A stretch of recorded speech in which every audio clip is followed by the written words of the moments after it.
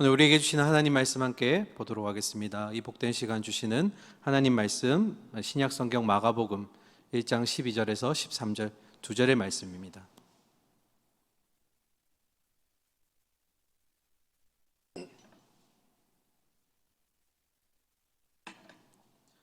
신약 성경 54면에 있습니다. 마가복음 1장 12절부터 13절까지 광야에서의 시험이라는 제목으로 말씀 나누겠습니다. 두 절의 말씀 함께 합독하도록 하겠습니다. 12절부터입니다. 성령이 곧 예수를 광야로 몰아내신지라 광야에서 40일을 계시면서 사탄에게 시험을 받으시며 들짐승과 함께 계시니 천사들이 수종 들더라. 아멘. 할렐루야. 오랜만에 많이 오신 것 같아요. 이 현장 예배가 항상 이렇게 가득 채워졌으면 좋겠습니다. 오셔서 그냥 가시지 마시고 은혜 충만하게 말씀 가지고 돌아가시기를 축복합니다. 우리가 아멘 소리 커서 놀랐습니다. 믿음이 없나 봐요. 아멘 소리가 크니까. 마가복음 지난번에 1장 8절부터 11절까지 말씀 잠깐 나누면서 우리가 예수님과 관련된 두 가지 세례를 함께 살펴보았습니다. 첫 번째는 예수님이 베푸실 세례, 이 땅에 오셔서 베푸실 세례에 대해서 먼저 살펴보았는데요. 예수님이 베푸실 세례는 두 가지였죠. 성령과 불 세례였습니다. 성령은 이제 구원하실 성령님의 그 모습을 우리에게 보여주셨고요. 그리고 불 세례는 우리가 앞뒤 문맥을 살펴보니까 열매를 맺지 못하는 나무, 그리고 쭉정이는 어디에 던져졌다고요? 불에 던져져서 타오더라. 그래서 이 불은 심판을 의미했습니다. 그래서 예수님이 이 땅에 오셔서 베푸실 성령과 불 세례는 바로 주님을 믿고 영접하는 자에게는 구원이 임하겠지만 믿지 않고 영접하지 않는 자에게는 심판이 임할 것임을 알려주는 우리에게 세례였습니다. 그리고 두 번째, 예수님이 요한에게로부터 받으시는 세례가 있었습니다. 요단강에 있는 요한을 직접 찾아가셔서 세례를 받으시려고 하는 예수님이었고요.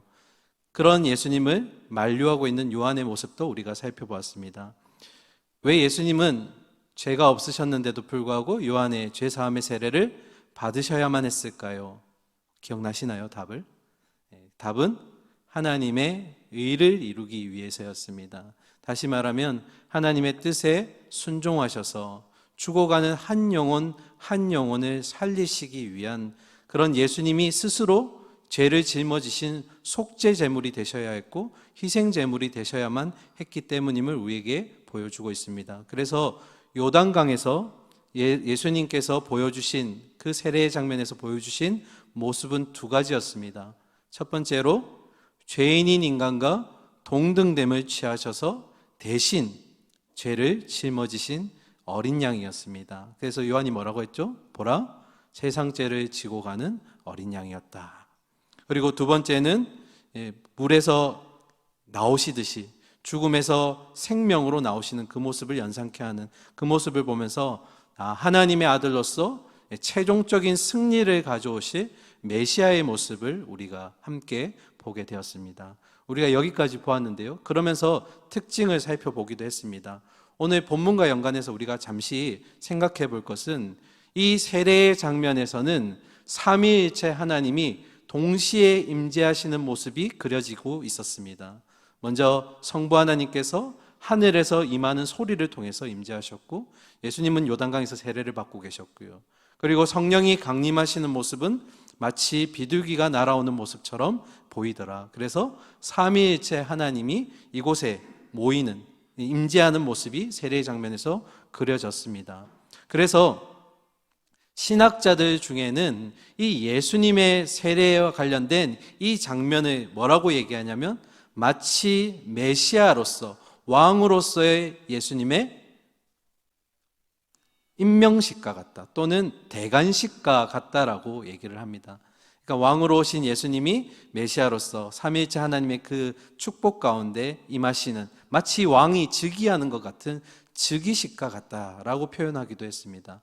그러면 우리가 본문에 들어가기 전에 두 가지 정도 생각을 좀 해보려고 하는데요. 첫 번째 생각해 볼 것은 여러분 보통 왕이 임명을 받게 되는 이런 시기 끝나고 나면 뒤에는 어떤 일이 일어날까요? 이렇게 왕으로서 왕관이 탁 세워지고 이제 당신이 우리나라의 왕입니다 하고 나면 그 뒤에는 뭐가 이어질까요? 슬퍼할까요? 아니면 막 눈물 흘릴까요? 보통은 어떻게 되죠? 연애를 베풀고 막 축복하고 파티가 열리지 않겠습니까? 이게 우리가 알고 있는 일반적인 어떤 왕의 즉위식 다음의 모습인데, 그런데 이상하게 오늘 본문의 말씀처럼 세례를 받으신, 임명받으신 예수님께서 나아가신 곳이 어디입니까? 광야라는 곳. 그곳에서 무려 40일을 굶주리셨고 그리고 시험까지 받으셨다라는 겁니다. 뭔가 앞뒤가 안 맞는 것 같죠. 그래서 나중에 우리가 본문을 살펴보면서 세례를 받으신 예수님이 왜 시험을 받으셔야만 했을까라는 질문을 우리가 던지고 답을 하게 되겠지만, 그 전에 이런 예수님의 모습이 오늘을 살아가고 있는 현재의 우리 모습과 굉장히 닮아 있더라라는 겁니다. 세례를 받고 나서 기쁨과 그 놀라운 감사의 현장에서 갑자기 광야로 흘러가는 모습, 뭔가 불편한 모습 같지만 오늘 우리의 모습과 비슷하더라. 어떤 모습일까요? 예배를 드리면서 받았던 말씀의 은혜에 감사하고, 또 지금같이 이런 어려운 환경 가운데서 현장의 예배에 와서 하나님께 예배 드릴 수 있음에 감사하는 마음, 기쁜 마음으로 주신 말씀 붙들고 이번 한 주 힘차게 살아내야지, 이런 마음으로 이제 돌아가지 않습니까? 근데 예배당 문을 나서는 그 순간부터 우리는 세상의 녹록치 않음에 흔들리게 됩니다. 대표적인 예로 제가 얼마 전에도 보았는데요, 은혜 받고 나가시면서 막 악수하고 승리합시다 이랬는데 주차장에 갔는데 차가 이렇게 쑥 금이 가 있는 거예요. 그러면 마음에 막 불편함이 와요. 어느 놈이라고 얘기는 못하겠고, 누가 봐도 성도인데, 그죠? 이걸 뭐라 할 수도 없고, 그런 불편함이 갑자기 생기는 거죠. 분명히 이 안에 은혜를 갖고 출발했었는데. 또 예를 하나 들어볼까요? 저는 아니고요, 은혜 받고 집으로 갔는데 갑자기 마누라가 막 잔소리를 하는 거예요. 이 받았던 은혜가 다 어디로 가는 겁니까? 저는 모르겠어요. 모르겠어요. 이런 마음의 불편함들이 오면 받았던 은혜와 감사가 어떻게 해요? 일순간에 무너질 수 있더라. 예수님이 세례를 받으시고 나서 광야에 가신 모습이 마치 우리의 현재의 모습과 굉장히 닮아 있더라라는 겁니다. 이제 두 번째 생각해 볼 것은, 여러분 오늘 본문을 보셨지만 마가복음에 기록된 예수님의 아주 중요한 사건입니다. 시험 받으시는 사건인데 몇 절로 끝이 나죠? 12절과 13절, 딱 두 절만 나왔습니다. 똑같은 본문을 기록한 마태와 누가는 무려 10절 이상의 아주 긴 내용의 설명의 글로 이 사건을 기록하고 있습니다. 그러면 왜 동일 사건에 대해서 마가는 이렇게 짧게 기록하였을까? 이게 여러분 마가복음의 특징과도 연결되어 있습니다. 마가는 대체적으로 어떠한 사건을 다룰 때 막 주저리 어떤 일이 있었고 시간 배경 이런 설명하지 않습니다. 대체적으로 등장인물의 행동에 집중합니다. 그래서 사건이 굉장히 빠르게 흘러갑니다. 이건 마가가 일부러 의도한 내용입니다. 왜 그럴까요? 그 이유는 이 본문을 받은 수신자들이 복음을 들은 후에 사람들이 결단이 매우 중요하다는 것, 그리고 이 결단이 매우 시급하다는 것을 마가가 우리에게 던지는 것입니다. 그러니까 사건의 내용이 길고 짧은 것보다 이 사건의 행동을 빨리빨리 묘사해줘서 이 사건 후에 우리가 결단하게 될 우리의 모습, 이게 너무나 중요하다는 겁니다. 여러분, 말씀도 너무 중요하고 깨달음도 중요하지만 그 뒤에 따라와야 될 우리의 결단과 삶의 순종의 모습이 너무나 시급하다는 것을 마가가 우리에게 알려주고자 한다라는 것입니다. 자, 그런 두 가지를 우리가 생각해 본 후에 이제 본문으로 한번 보도록 하겠습니다. 두 절이니까 짧을 것 같죠? 근데 깁니다. 미리 말씀드립니다. 깁니다. 그래서 제가 오늘 시간 관계상 첫 번째 시험과 그리고 왜 예수님이 시험 받으셔야만 했을까라는 두 가지 내용만 좀 살펴보도록 하겠습니다. 자, 먼저 12절 우리 같이 읽겠습니다. 시작. 성령이 곧 예수를 광야로 몰아내신지라. 자, 질문 드립니다. 누가 몰아내셨다고요? 사탄이요? 성령이. 그러면 이 시험은 누가 주관하는 겁니까? 그렇죠. 성령 하나님이 주관하시는 거죠. 잊으시면 안 됩니다. 이 시험은 성령 하나님이 주관하시는 거고, 뒤에 13절에 나올 사탄은 이 시험에 도구로 쓰임받고 있다는 것을 꼭 명심하셔야 됩니다. 이게 나중에 우리 메시지와 연결이 되기 때문입니다. 자, 그러면 질문 안 잊으셨죠? 발음이 안 되네. 네, 질문 안 잊으셨죠? 네. 왜 이러지? 네. 우리가 진짜 질문해야 될 질문이 뭐였죠? 왜 세례를 받고 은혜와 감사의 자리에 계셨던 예수님께서 시험을 받으셔야만 했을까? 다시 말해서 성령님은 왜 예수님을 시험의 자리로 몰아내셔야만 했을까? 이 질문을 가지고 이제 13절 보겠습니다. 같이 읽을까요? 13절입니다. 시작. 광야에서 40일을 계시면서 사탄에게 시험을 받으시며 들짐승과 함께 계시니 천사들이 수종되더라. 아멘. 세 가지만 보도록 하겠습니다. 광야에서, 그리고 40일, 그리고 사탄에게 시험 받으시는 이 세 가지를 보도록 하겠습니다. 첫 번째는 광야에서인데요. 여러분, 제가 예전에 아주 오래전에 새벽 예배 때 말씀을 전하면서 광야에 대한 이런 이미지가 있습니다 하고 소개해 드린 적이 있습니다. 혹시 기억하실지 모르겠는데 제가 여러분에게 질문 한번 드릴게요. 화면에 나와 있는데, 여러분 광야면 떠오르는 이미지가 있으시죠? 어떤 이미지신가요? 그렇죠. 마스크 안 써도 다 압니다. 여기 다 보입니다. 네. 주로 아무것도 없는 곳, 척박한 곳, 생명이 없는 곳, 그리고 사방이 두렵고 어떤 위험이 올지 모르는 그런 위협감이 느껴지는 곳. 그래서 영어에도 이 광야를 와일드니스라고 해서 황폐한 곳이라고 소개하고 있습니다. 그렇게 해석하는데요. 여러분, 성경을 읽을 때 가장 주의해야 될 것은 우리의 시선보다 이 당시에 있었던 유대인들이 광야를 바라볼 때 어떤 시각으로 바라보는가가 굉장히 중요합니다. 오늘 이 시험이 아니더라도 유대인들이 광야에 내던져 있을 때, 또 광야를 생각할 때 기본적으로 어떤 생각을 가지고 있는지를 알고 보시면 굉장히 많은 도움을 받을 수가 있습니다. 그러면 이제 실제로 질문입니다. 예수님 시대 당시 때 유대인들에게 광야는 어떤 이미지였을까? 유대인들의 시선을 좀 따라가 볼까요? 이스라엘이 약속의 땅 가나안에 들어오고 나서 계속해서 주변 국가들로부터 위협을 당합니다. 그래서 속국의 신세를 면하지 못하는데요. 신약에 와서 예수님 시대 때는 이 이스라엘을 차지하는 나라가 로마였습니다. 로마의 속국으로 노예 생활을 하던 그들이었습니다. 그런데 문제는 이 로마가 자기의 세력을 계속해서 확장하기 위해서 무리한 전투를 계속 벌립니다. 그러면 이 전투에 들어가는 막대한 돈이 있겠죠. 이 돈들을 어디에서 수급하냐면 그가 이미 복속한 나라들, 이스라엘과 같은 속국에게 그 돈을 요구했다는 겁니다. 그래서 이스라엘에는 동족임에도 불구하고 돈을 뺏는 자가 생겼죠. 그 직업이 바로 세리였습니다. 로마를 대신해서 돈을 빼앗아서 로마에게 바치는, 전쟁 자금을 채워주는 그런 세리가 있었고요. 그리고 이스라엘의 종교적이고 정치적인 지도자였던 제사장들, 이들이 로마와 결탁을 해서 정치적으로 부패하고 종교적으로 타락하게 됩니다. 그러니까 지금 예수님 시대 때 이스라엘의 모습을 보면 정치, 종교, 그리고 또 경제적으로 사면초가의 상태에 있는 겁니다. 그런데 이것을 유대인들이 바라보면서 한탄하다가 이들 중에 일부는 광야로 나아가게 됩니다. 아니, 이렇게 있지 말고 우리가 광야로 나아가자. 이들이 누구냐면 바로 여러분 한 번쯤 들어보셨을 수 있는데 에세네파입니다. 이 에세네파의 대표적인 예가 쿰란 공동체고요. 이들은 단지 도피하기 위해서 광야로 나아간 게 아닙니다. 그들의 마음속에 어떤 마음이 있었냐면 이 광야를 통해서 새로운 순수한 하나님 나라를 우리가 건설해 보자. 뭐라고요? 이 광야에서 우리가 하나님의 나라를 한번 이룩해 보자라는 그런 마음으로 이렇게 공동체 생활을 시작했다는 겁니다. 그래서 당시에 예수님 시대 때 광야하면 유대인들은 어떤 이미지를 떠올릴까요? 하면 우리 같은 그런 부정적인 이미지가 아니라 뭐라고요? 새로운 하나님 나라가 세워지는 그 장소. 너무 다르죠? 이미지가. 새로운 나라, 하나님 나라가 다시 이룩할 것이라는 그런 이미지가 이들에게 있었다라는 겁니다.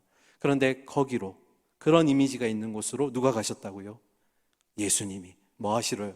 시험 받으시러 가셨다라는 겁니다. 이게 이제 광야에서의 이미지입니다. 그리고 두 번째, 40일이라는 숫자는 성경에 굉장히 많이 나옵니다. 그 중에 제가 대표적으로 몇 가지를 뽑아보았는데요. 우리 전체 한번 보여주실까요? 네. 첫 번째는 노아가 홍수 시대 때 비가 내렸던 기간이 40주 40야였습니다. 그리고 두 번째로 우리가 너무 잘 아는 내용이죠. 애굽을 나왔던 이스라엘 백성이 광야에서 지냈던 기간이 무려 40년이었습니다.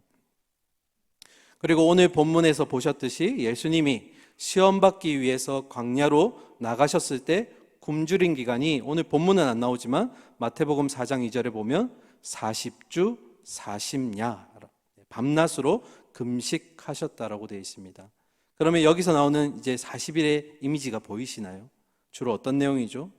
환난, 어려움, 고난과 같은 이미지가 40에 빗대어 있다라는 겁니다. 자, 그리고 나서 줄이신 예수님이 이제 본격적으로 사탄에게 세 가지 시험을 받으시는데요. 오늘 본문에는 기록되어 있지 않기 때문에 마태복음 말씀 가지고 함께 첫 번째 시험 보도록 하겠습니다. 질문은 잘 가지고 계시죠? 성령께 세례를 받았는데 왜 시험을 받으셔야만 했을까? 마태복음 4장 3절의 말씀 보시면서 첫 번째 시험 나누도록 하겠습니다. 같이 읽을까요? 시작. 시험하는 자가 예수께 나와서 이르되 내가 만일 하나님의 아들이거든 명하여 이 돌들로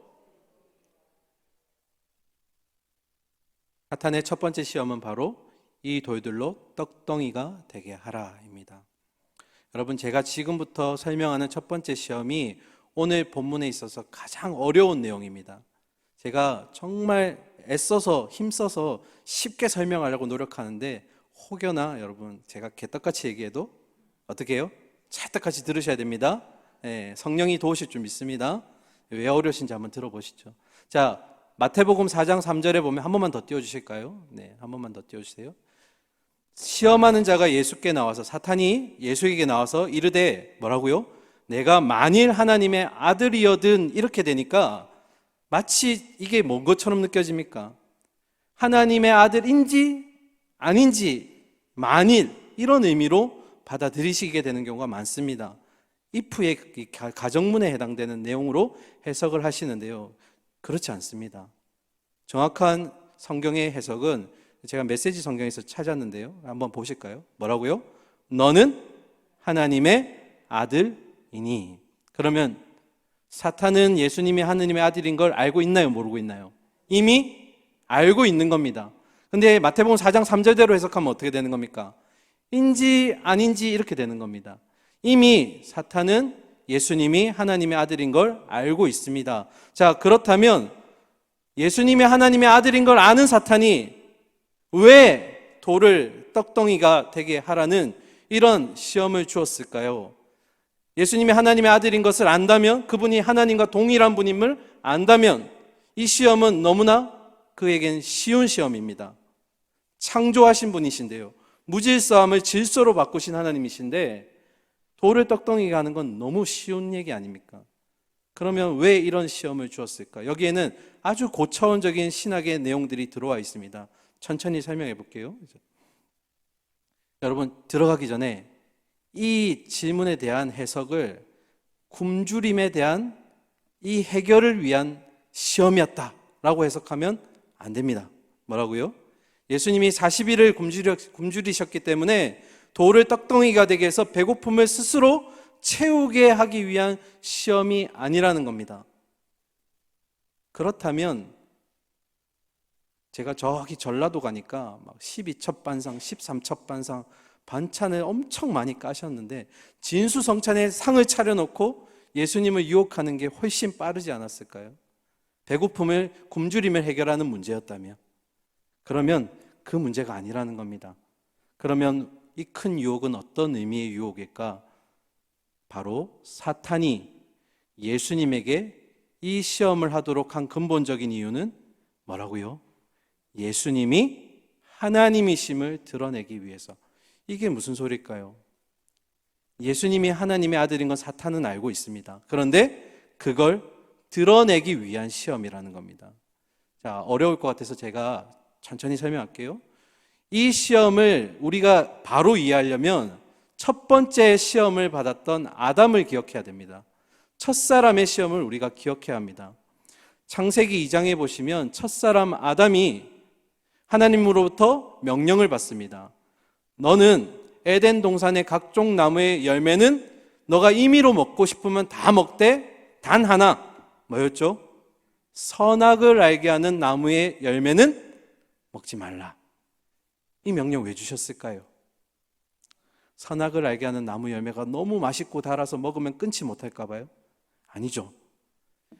하나님이 에덴 동산의 딱 중앙에 그 선악을 알게 하는 나무와 생명나무를 두셨는데 선악을 알게 하는 나무를 바라보는 아담이 뭘 생각하게 될까요?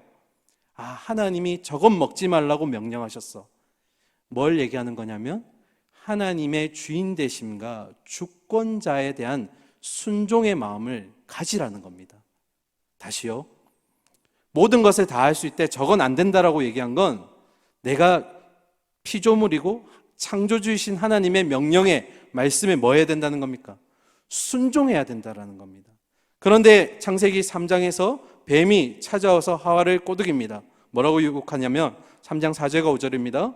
뱀이 여자에게 이르되 너희가 결코 죽지 아니하리라. 5절 너희가 그것을 먹는 날에는 너희 눈이 밝아져 누구와 같이 된다고요?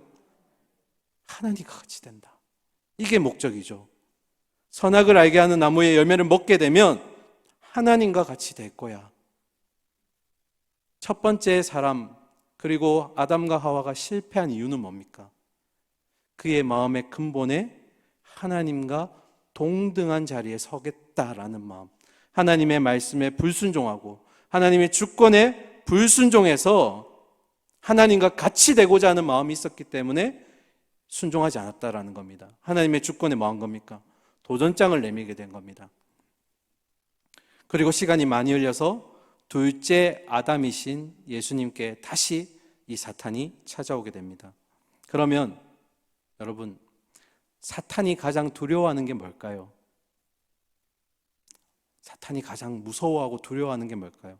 그 답은 바로 이 땅에 오신 예수님이 온전한 인간으로 존재하는 겁니다. 왜 그럴까요? 예수님이 이 땅에 오신 목적이 뭐였죠? 왜 세례를 받으셨죠? 그리고 왜 이 땅에서 그런 모든 세상의 죄를 짊어지고 살아가셨나요? 이유는 뭐죠?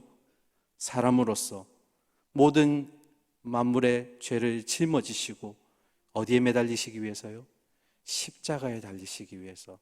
온전한 인간이 되셔야만 했던 이유는 이 십자가를 통해서 죄의 근본 문제를 해결해야 하셨기 때문이고 그것은 바로 하나님의 의, 하나님의 뜻이었기 때문입니다. 이게 가장 사탄이 두려워하는 내용이에요. 그래서 사탄은 첫 번째 시험에서 뭐라고요? 예수님이 온전한 사람으로서 역할을 하지 못하게 하기 위함이에요. 하나님이심을 드러내서 신의 존재이고 신의 능력을 드러내게 함으로써 사람을 사람되지 못하게 하는 거죠. 이해가 되십니까? 그러면 뭘 하지 못하게 되는 걸까요? 이 땅에 오신 목적을 이루시지 못하게 된다라는 거예요.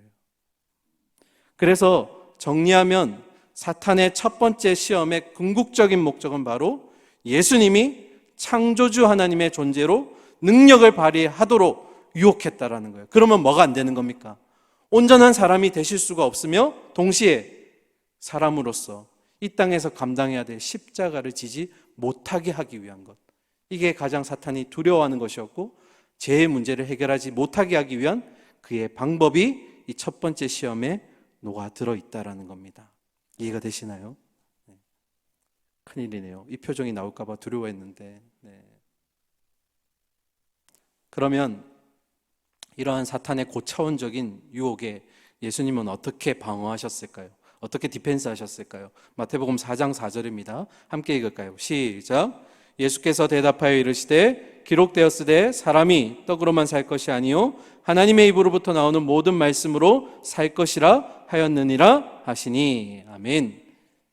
기록되었으되라는 것은 예수님이 지금 구약의 말씀을 인용하고 계시다라는 말입니다. 어느 말씀이죠? 우리가 잘 아는 신명기 8장 3절의 말씀을 인용한 내용입니다. 그러면 인용한 내용을 한번 보도록 하겠습니다. 신명기 8장 2절부터 보겠습니다. 내용이 많아서 전체 화면으로 보여드립니다. 천천히 같이 읽도록 하겠습니다. 내 하나님 여호와께서 이 40년 동안에 내게 광야길을 얻게 하신 것을 기억하라. 이는 뭐하고요? 너를 낮추시며 너를 시험하사 내 마음이 어떠한지 그 명령을 지키는지 지키지 않는지 알려 하심이라. 여기까지 먼저 보겠습니다. 하나님이 이스라엘 백성들을 40년 동안 광야길을 걷게 하신 이유가 뭐라고요?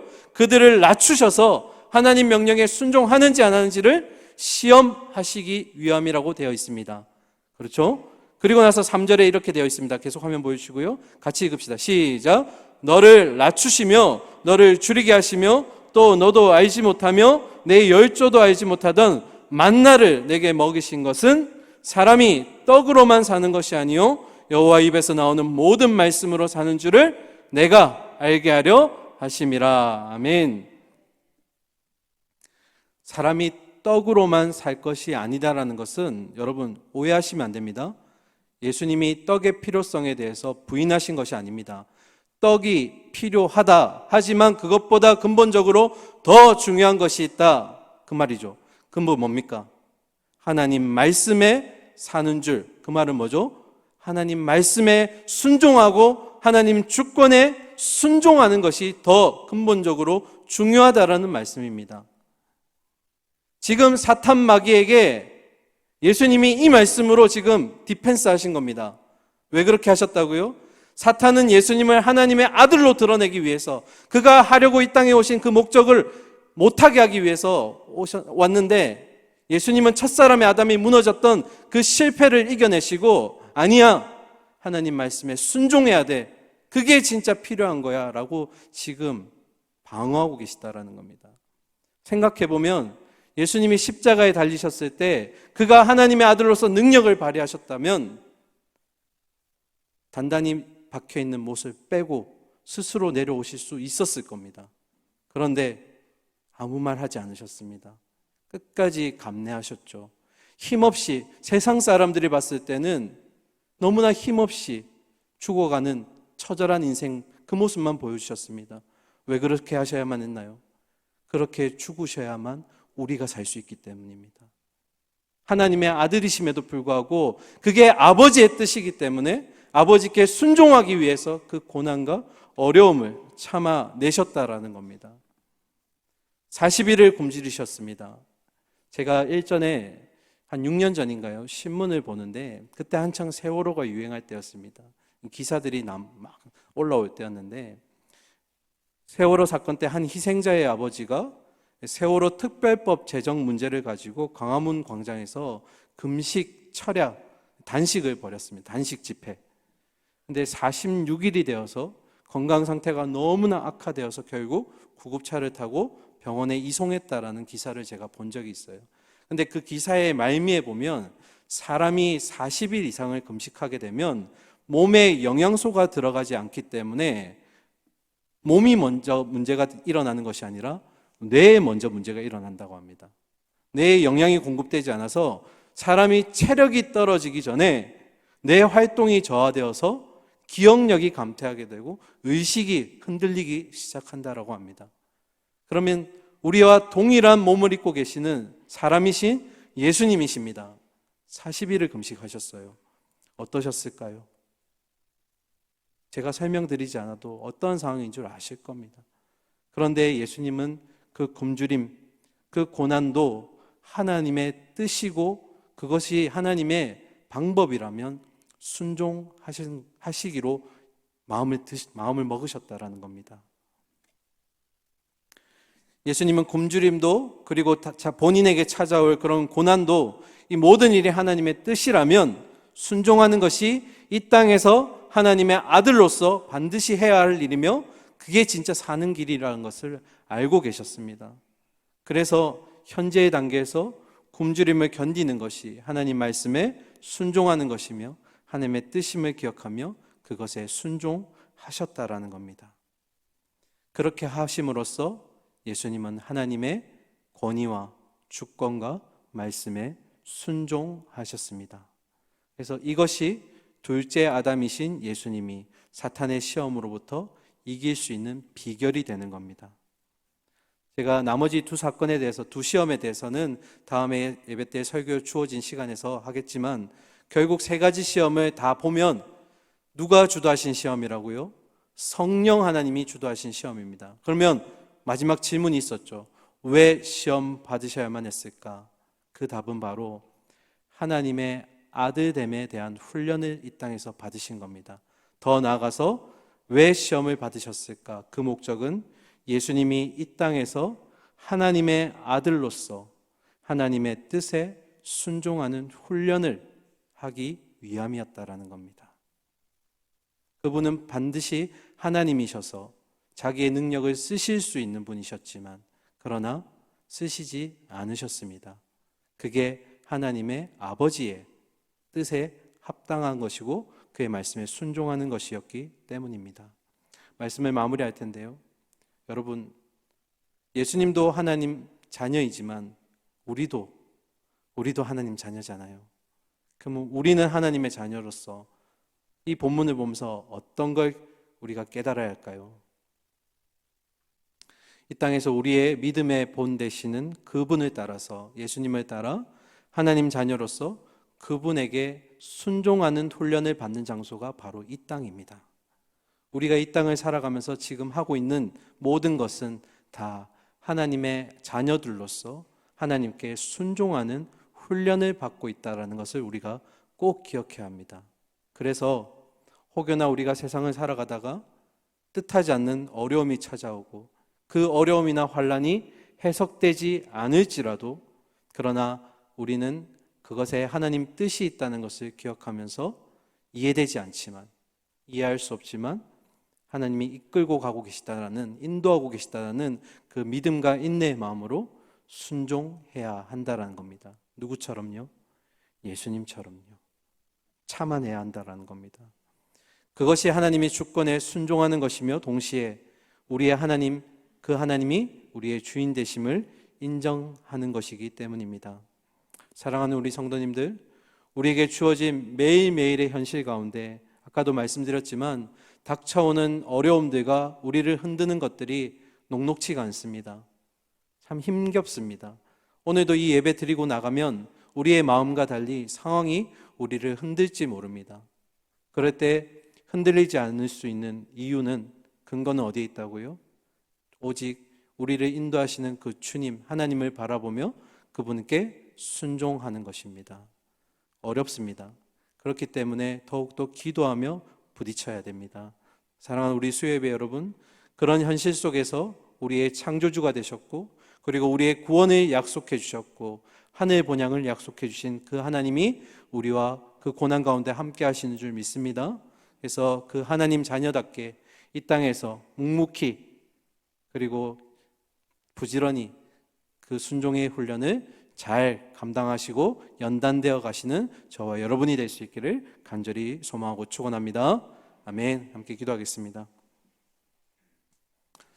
사랑과 공의 하나님 아버지, 하나님의 뜻을 이루기 위해서 이 땅에 낮은 자리에 임하셨고 그것으로도 부족하셔서 사람으로서 모든 세상의 죄를 짊어지셔야만 했던 주님, 이 시험 가운데서도 주님은 하나님께 순종의 모습으로 말씀에 순종하고 권위에 순종하며 권세에 순종하시는 모습으로 우리에게 본을 보여주셨습니다. 사랑하는 주님, 이따금 우리가 이 세상을 살아가다 보면 참 많은 크고 작은 어려움들이 우리의 믿음을 흔들고 유혹하기 쉽습니다. 하나님, 그럴 때마다 주신 믿음 견고히 붙들고 이 땅의 주인 되시는 진정한 주인이신 하나님만 바라보며 우리의 믿음이 흔들리지 않도록 주님께 순종하며 이 고난 또한 지나갈 것이다, 하나님 뜻이 있을 것이다, 이렇게 믿음으로 해석해낼 수 있는 우리 모든 우리 수예배의 권속들 될 수 있도록 주여 지혜와 아버지 또 명철을 허락하여 주시옵소서.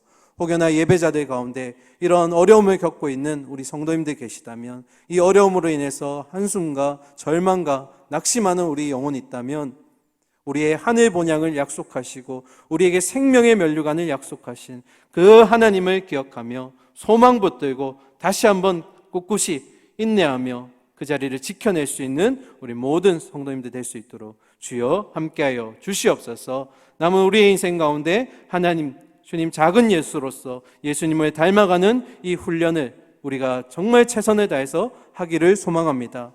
아버지, 모질고 험한 이 세상 가운데 아버지 정말 하나님 그런 대세를 따라가는 것이 아니라 하나님의 대의를 따라갈 수 있는 우리 모든 우리 가족들, 식구들 될 수 있도록 주여 붙들어 주시옵소서. 살아계신 예수 그리스도 이름으로 기도드립니다. 아멘.